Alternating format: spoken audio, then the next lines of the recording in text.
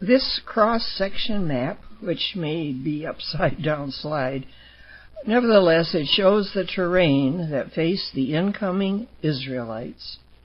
You see the Dead Sea at the bottom and the Jordan River coming down from the top the length of the country. Moses stood on the height on your left, looking out over the land God had given Israel.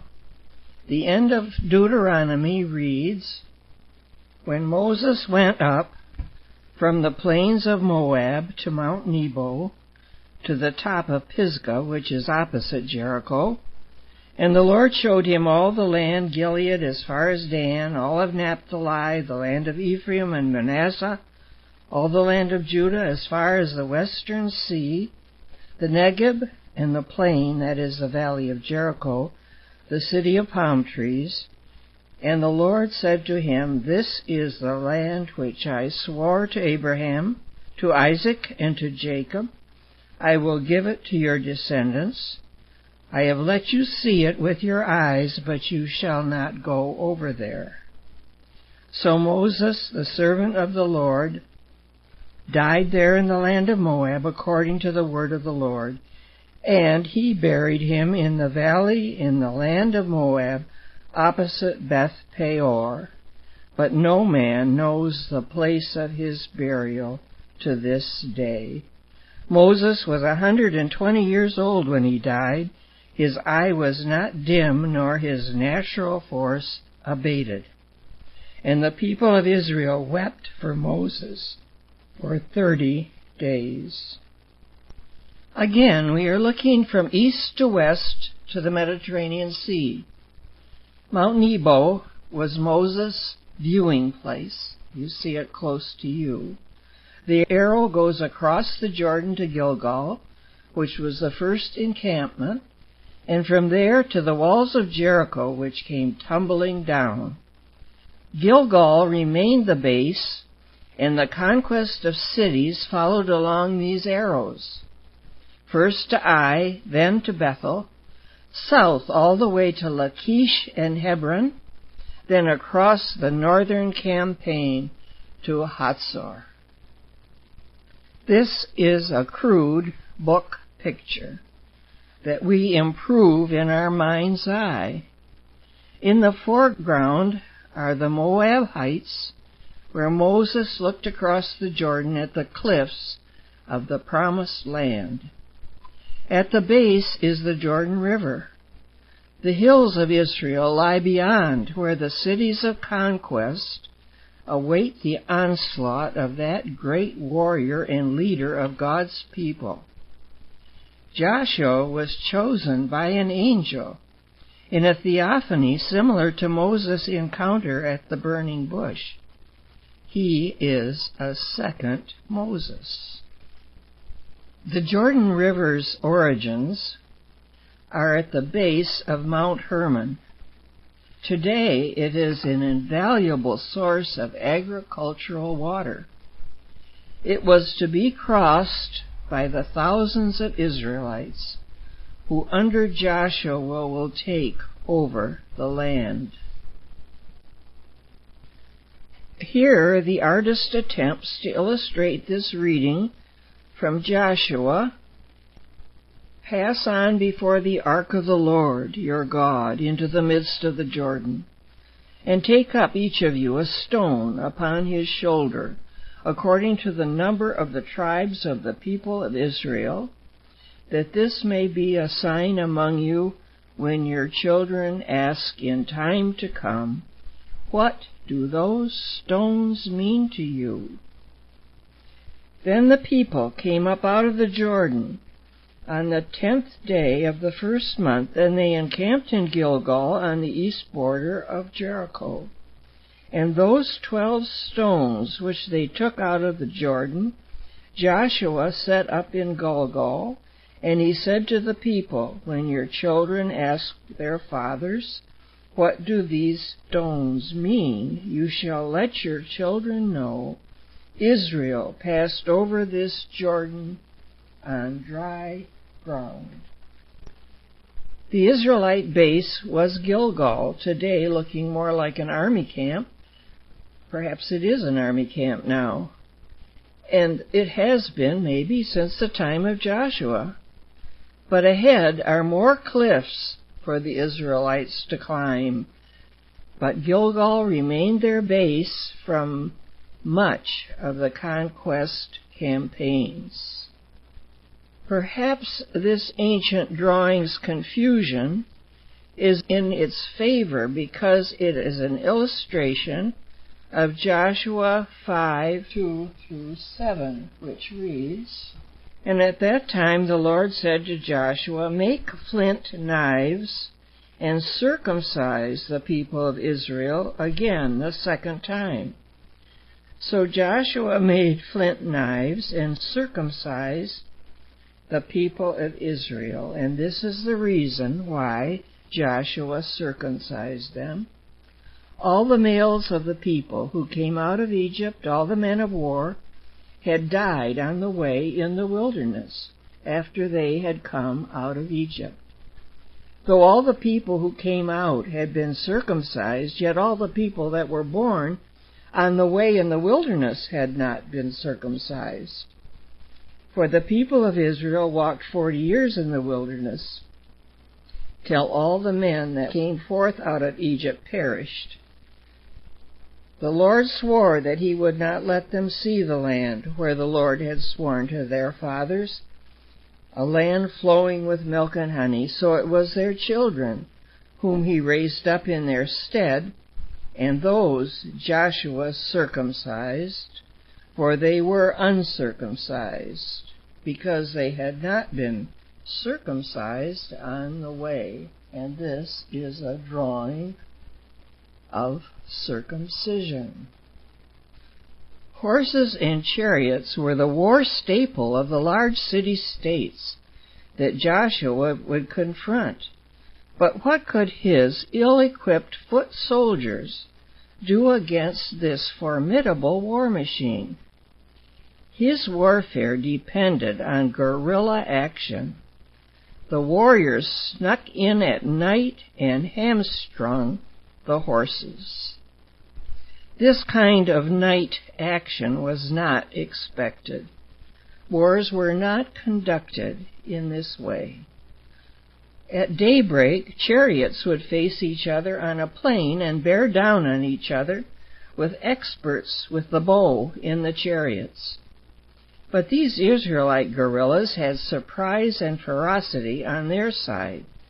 They wore no armor, but they were tough, raised in the desert, and eager to use the bow and arrow. The first city to fall, eloquently told, a story you all know, was Jericho.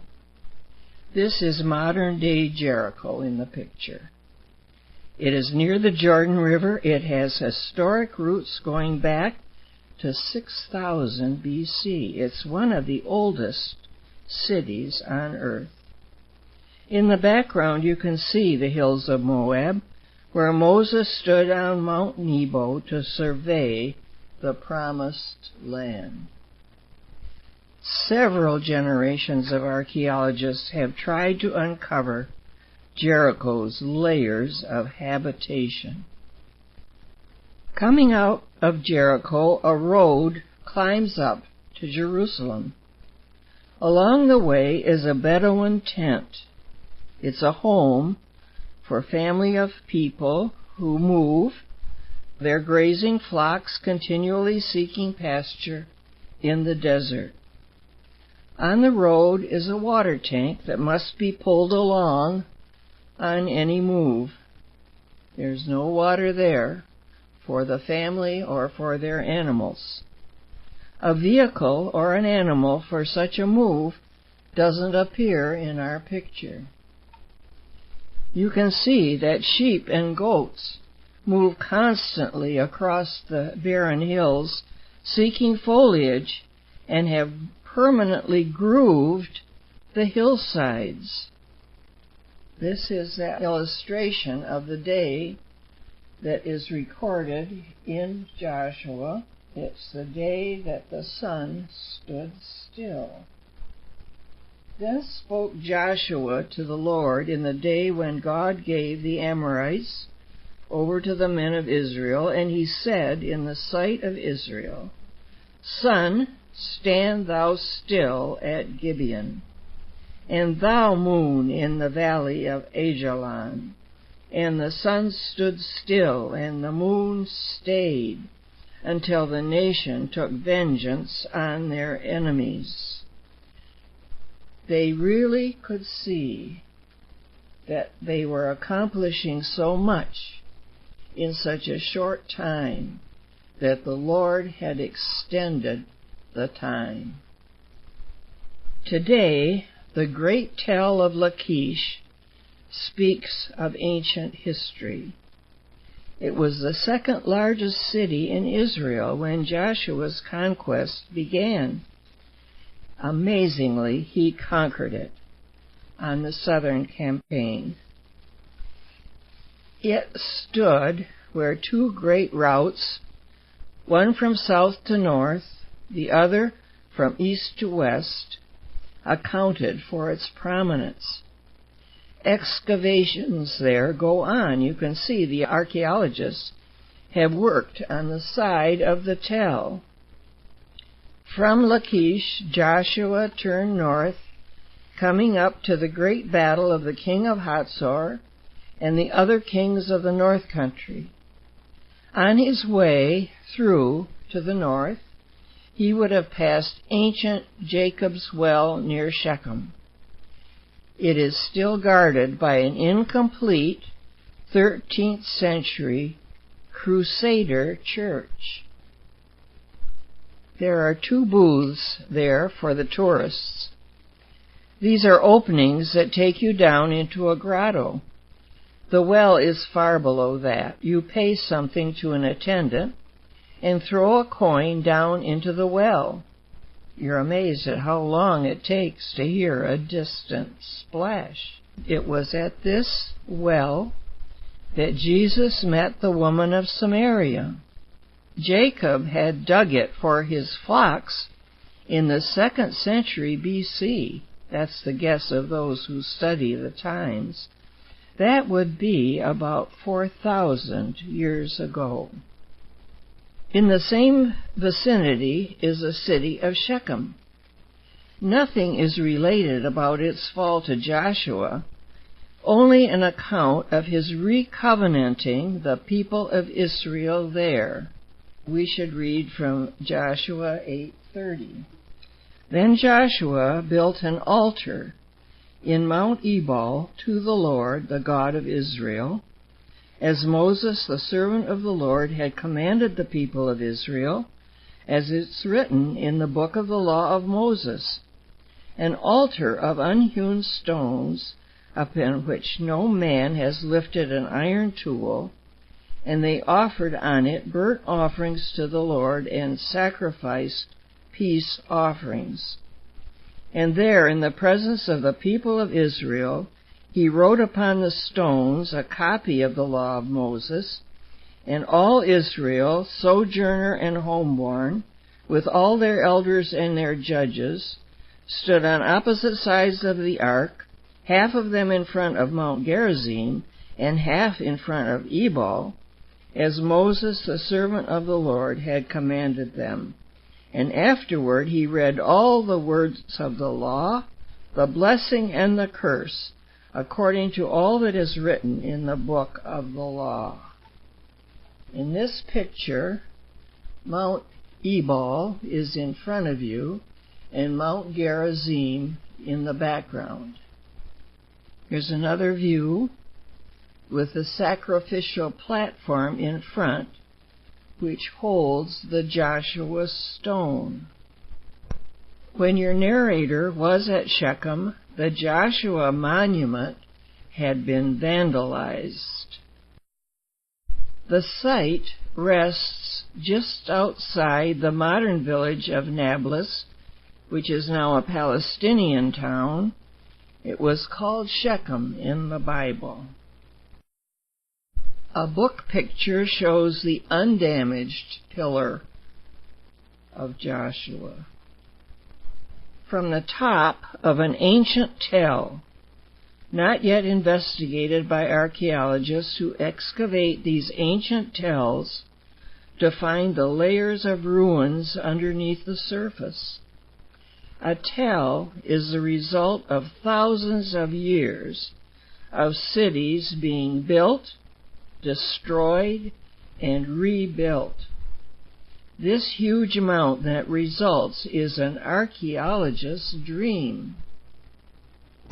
From the top of the tell, we look out to the Mediterranean, across possible papaya stands, a pine forest, and the beach, with the modern intrusion of a railway alongside. It is in excavations of these ancient tells that artifacts of the worship of the occupants are discovered by archaeology.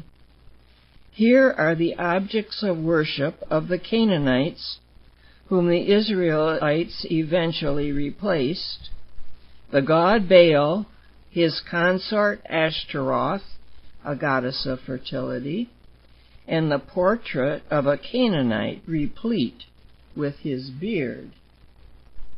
Part of the previous tell, looking off to the east, is that the mountain of Transfiguration?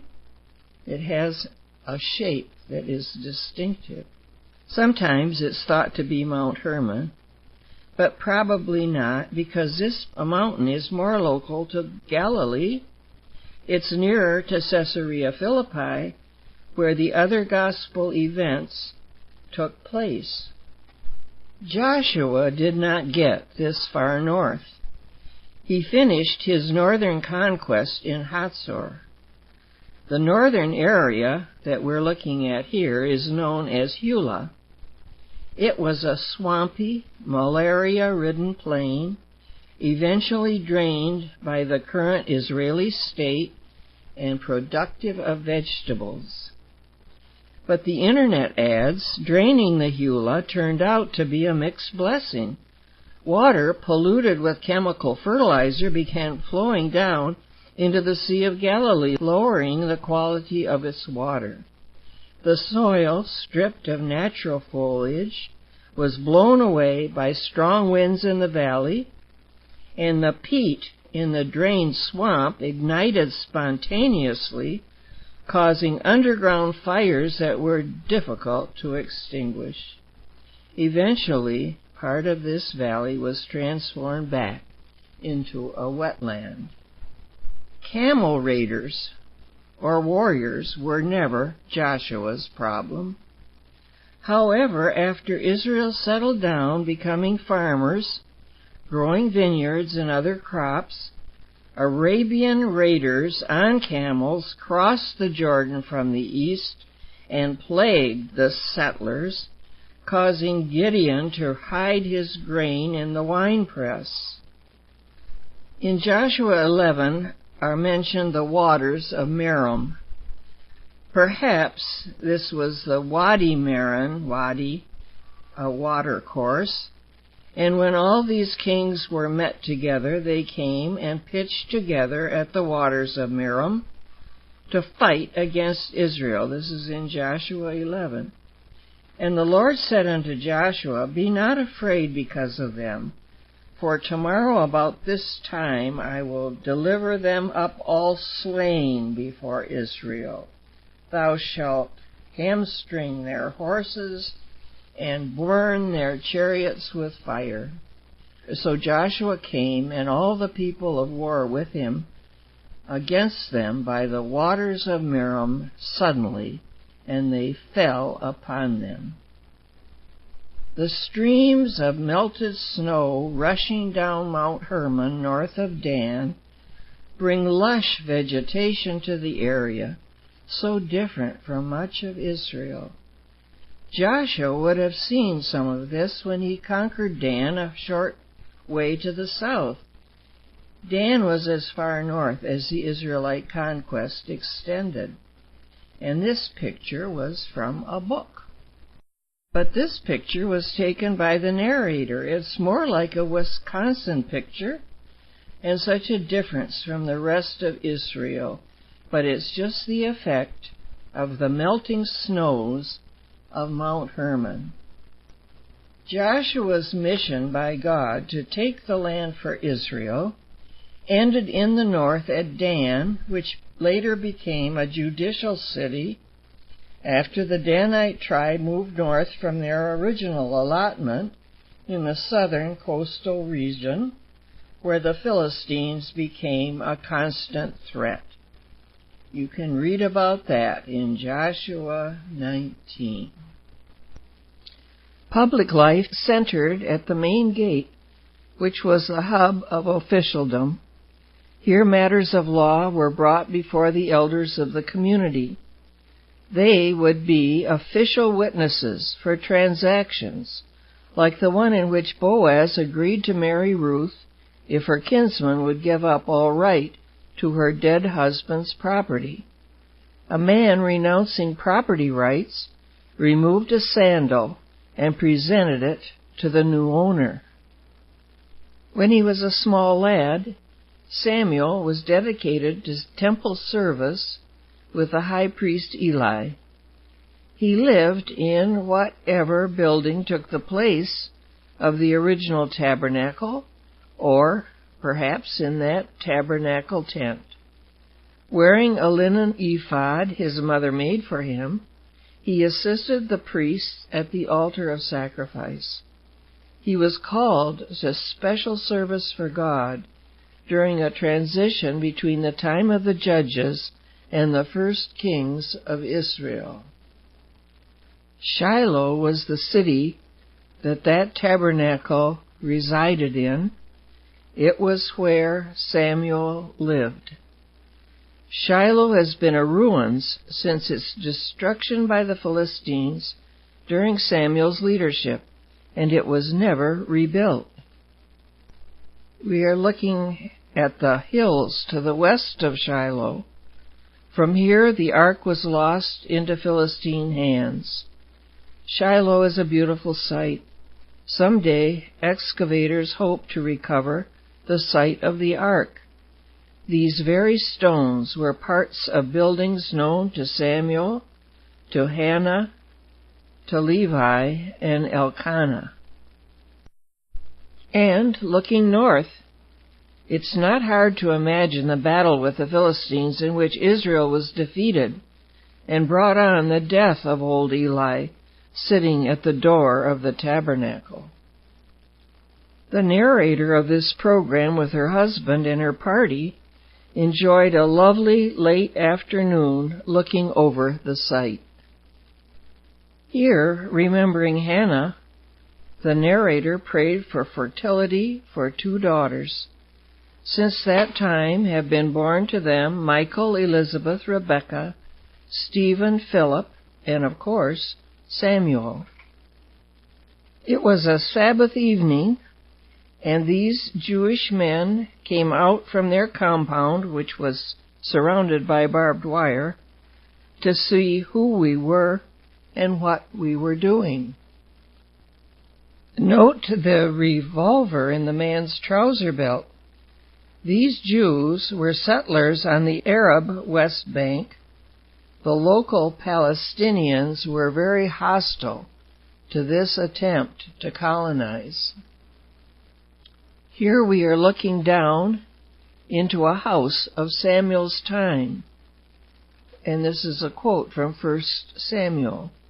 When they came down from the high place, a bed was spread for Saul on the roof. Here we have A, the dining room, B, the sleeping area, C, a kitchen and storage areas, D, the servants' quarters, E, an oven in the courtyard. Pillars held the house up. This one was excavated at Shechem.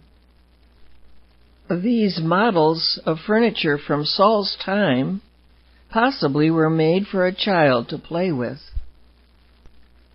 This clay figure also comes from the time of Saul. Could it depict the kind of religious ecstasy that Saul fell under? A band of prophets who experienced ecstatic trances once was headed by Samuel, and Saul came under their spell twice. The prophet Samuel anoints Saul even before he's chosen by lot. Saul was taller by head and shoulders than others. Then Samuel took a vial of oil and poured it on his head and kissed him and said, "Has not the Lord anointed you to be prince over his people Israel?" Fine grade olive oil scented with herbs and perfumes, and poured from a horn-shaped vessel like this one, was found at Megiddo. Saul's fortress at Gibeah was the strongest fortress of its time, with arsenals and storerooms. Yet the palace was relatively simple, constructed of brick on stone foundations. The royal family lived on the second floor and slept on the roof in summer. On the tell of Gibeah, all that remains are the stones from one tower and a piece of wall. The Philistines were neighbors of Israel, and often they imperiled the nation. Forced from Anatolia, which is in Greece, to Crete by famines or political stresses, they took to sea to find a homeland. Fierce fighters and armed with iron, these raiders harassed the coast, even invading Egypt by traveling the Nile. This Egyptian inscription from a temple shows a battle between the Egyptian navy of Ramses III and the Philistines. The Egyptian ship had a single mast and oars, and the prow is decorated with a lion's head which served as a battering ram. The Philistine ship is also single-masted and has a duck-head battering ram. The Philistine warriors wear distinctive tufted helmets, while some allies wear horned helmets. A Philistine warrior, the head of a clay coffin, discovered at Bethshan, and pottery of the Philistines, which resembled Aegean forms. This from Gaza, which was one of the great 5 cities of the Philistines. Recognized by the distinctive headdress, Philistines are battling Ramses II's troops. The Philistines brought the knowledge of iron making with them to Canaan. This superior technology gave them the upper hand in war with Israel. The difference of the strength of iron against the strength of copper or bronze. For a time they controlled all metalwork. Even the Israelites were dependent upon them, as they are depicted here waiting at the door of a smith. Philistine warriors, prisoners, are depicted in a tomb painting in Egypt. This is the coastal plain where the great Philistine cities dominated: Ashdod, Ashkelon, Ekron, Gaza, and Gath. A welcome sign to Ashkelon today, where once the ark was placed in the pagan temple next to Dagon, god of the Philistines. The roadways into Ashkelon are paved with petunias. There is a bar in the city named the Dagon, after the old Philistine god. When the plague that struck them made them understand that the ark belonged in Israel, the Philistines built a wheel to place on a cart to pull the ark back to Israel. At Beth-Shemesh, we look across the plain toward Philistia and imagine that we can see the 2 cows pulling the ark back to Israel's territory. In Kiriath-Jearim, where the ark stayed for some years, there is now a Catholic church with a statue of Mary. Mary, the true ark-bearer, is standing on its roof. Acknowledgement for the pictures of this video program number 4. Reader's Digest Great People of the Bible, National Geographic Magazine, Robert Cross, Biblical Archaeology Review, Holy Views Incorporated, Rogerson's Atlas of the Bible, the Illustrated Bible Dictionary, Timna Photographer, David, Reader's Digest Atlas of the Bible.